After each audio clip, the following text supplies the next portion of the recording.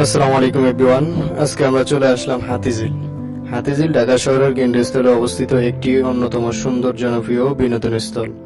এটি মূলত একটি জলধারা ও নগর সৌন্দর্য বৃদ্ধির প্রকল্প হিসাবে গড়ে তোলা হয়েছিল, যার মূল উদ্দেশ্য ছিল ঢাকার জলাবদ্ধতা হ্রাস করা এবং নাগরিকদের জন্য একটি সুন্দর মনোরম পরিবেশ তৈরি করা। তো বন্ধুরা, আজকে আমি জানাবো আপনাদেরকে হাতিঝিল সম্পর্কে কিছু তথ্য। নাম্বার 1, প্রকল্প শুরু বছর 2007 সালে। হাতিঝিল প্রকল্পের কাজ শুরু হয় এবং এটি আনুষ্ঠানিকভাবে 2013 সালে উদ্বোধন করা হয়। নাম্বার 2, অবস্থান। এটি রামপুরা, গুলশান, বনানী ও তেজগাঁও অঞ্চলে মধ্যবর্তী স্থানে বিস্তৃত।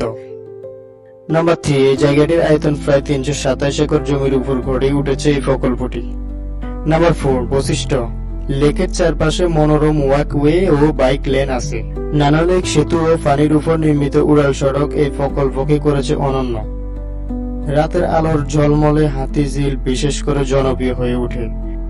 আছে নৌকা ভ্রমণের সুবিধা, যা পর্যটকদের জন্য আকর্ষণীয়।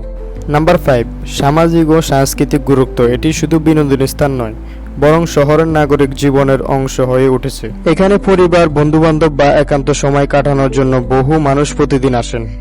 তাই এক কথায় বলা যায়, জায়গাটি অনেক বেশি সুন্দর, দেখার মতো। তো ধন্যবাদ সবাইকে এতক্ষণ যাবত আমার ভিডিও দেখার জন্য। ভিডিওটি ভালো লাগলে অবশ্যই সবাই লাইক, কমেন্ট, শেয়ার করবেন। আসসালামু আলাইকুম।